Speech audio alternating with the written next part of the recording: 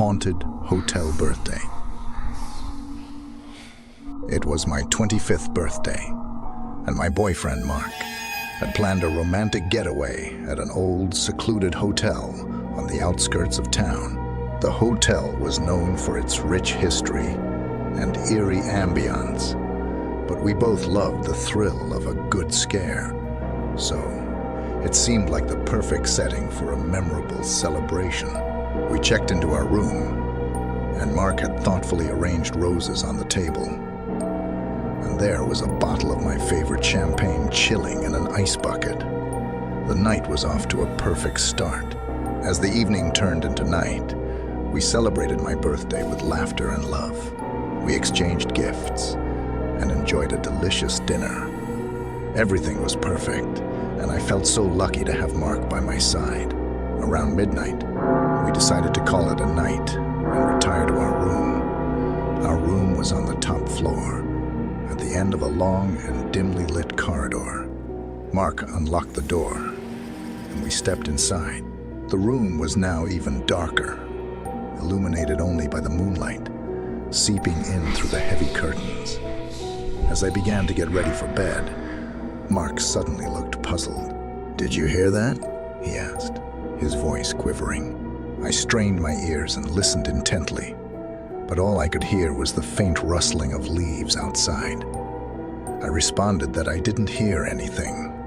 He nodded, trying to reassure himself that it was nothing. We both climbed into bed, still feeling a bit uneasy. I snuggled up to Mark, trying to shake off the unease and enjoy our special night. Just as I was starting to drift off to sleep, I was jolted awake by a strange sound. It was a soft, melodic humming, like a lullaby. I sat up in bed, and my heart was pounding in my chest.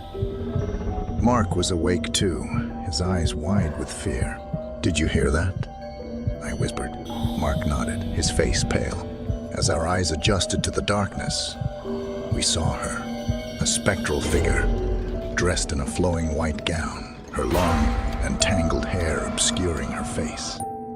She was swaying gently back and forth, her eerie humming growing louder. Panic surged through us as we watched in terror. We were frozen in place, unable to move or even scream. The ghostly woman seemed to sense our fear and turned her head slowly towards us. Her eyes were hollow and black, and a malevolent smile twisted her lips. With a sudden burst of courage, Mark grabbed my hand, and we bolted from the bed, rushing towards the door. But as we reached the threshold, the door slammed shut with an ominous thud, trapping us inside with the malevolent spirit. The room grew colder, and the ghostly woman's humming became a haunting wail. She floated closer, her bony fingers outstretched as if reaching for our souls. We huddled in a corner, praying for our lives. And then, just as suddenly as it had started, it stopped. The room grew warm again, and the ghostly presence vanished. The door slowly creaked open, and we scrambled out, racing down the corridor and out of the hotel. We never returned to that old, haunted hotel again, and the memory of that horrifying birthday celebration still haunts us to this day.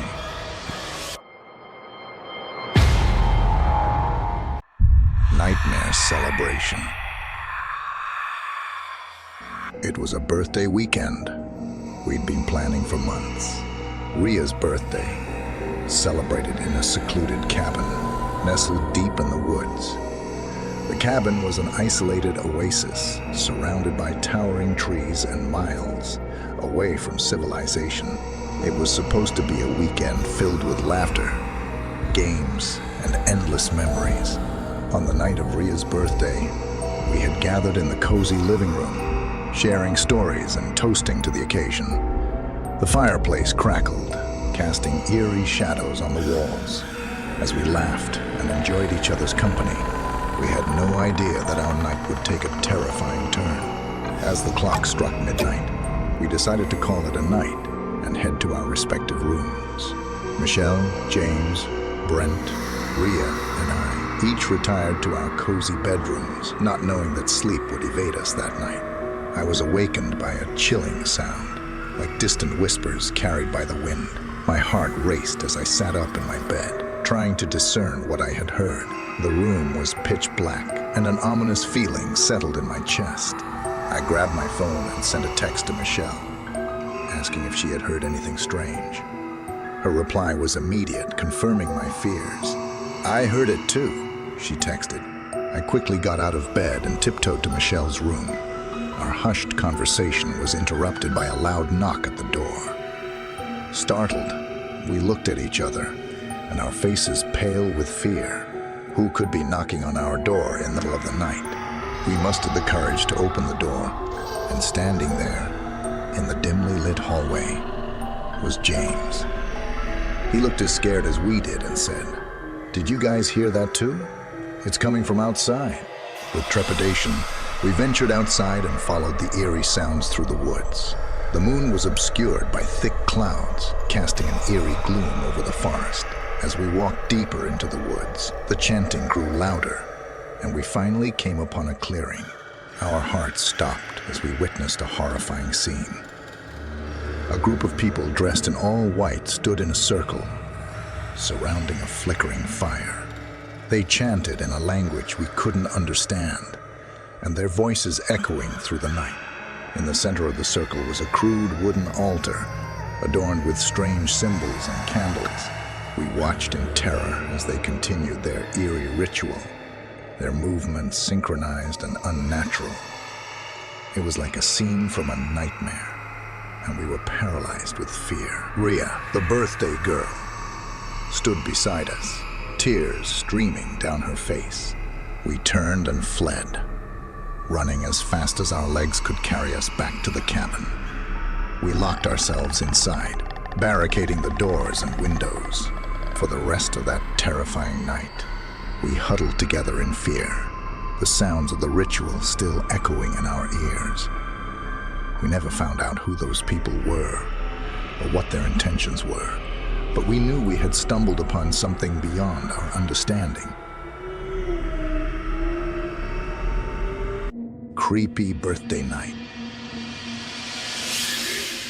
It was October evening in the small, remote town of Laramie, Wyoming. I had been working at a construction site with my two close friends and colleagues, Jake and Mike. One particular night, we decided to celebrate our colleague Tom's birthday at a local pub. After a hard day's work, we were eager to unwind, and the prospect of a few cold beers and laughter with friends was too inviting to pass up. The pub had a rustic charm, with dim lighting and a cozy atmosphere that offered respite from the biting cold outside. As the night wore on, our laughter grew louder, and the beers kept flowing. We regaled each other with stories of our construction adventures and shared hearty laughs. The hours slipped away, and before we knew it, it was well past midnight. We decided it was time to call it a night, and stumbled out of the pub into the brisk Wyoming night. The walk home was quiet, the only sound being the crunch of our boots on the gravelly road. The town seemed deserted, as if everyone had gone to bed early. The pale moonlight cast eerie shadows that danced in the corners of our vision. As we walked down a deserted street, a shiver ran down my spine, and I had an unsettling feeling that we were being watched. I glanced over at Jake and Mike, but they seemed oblivious to it. I decided to keep my unease to myself and quicken my pace. Just when I thought my paranoia was getting the best of me, I saw her. A figure emerged from the darkness, a woman in a flowing white dress, and her long hair concealing her face. She appeared to be gliding rather than walking, her feet barely touching the ground. My heart raced, and I stumbled back, my voice catching in my throat. "Guys, do you see that?"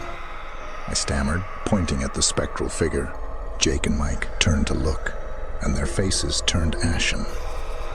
There, in the pale moonlight, we all saw her, the white lady ghost. She drifted closer, her eyes empty and hollow, We were frozen in place, unable to move or speak as she floated by, her mournful gaze fixed on us. At that moment, I felt a bone-chilling dread, like I had never experienced before. The air around us grew icy cold, and a gust of wind swept through, sending a shiver down my spine. The ghostly figure continued her haunting walk, fading into the darkness. We stood there, trembling, unable to comprehend what had just transpired. The realization that we had come face to face with a spirit from beyond the grave left us in a state of shock. We hurriedly made our way home. The image of the White Lady ghost burned into our memories, and a deep sense of unease etched into our souls.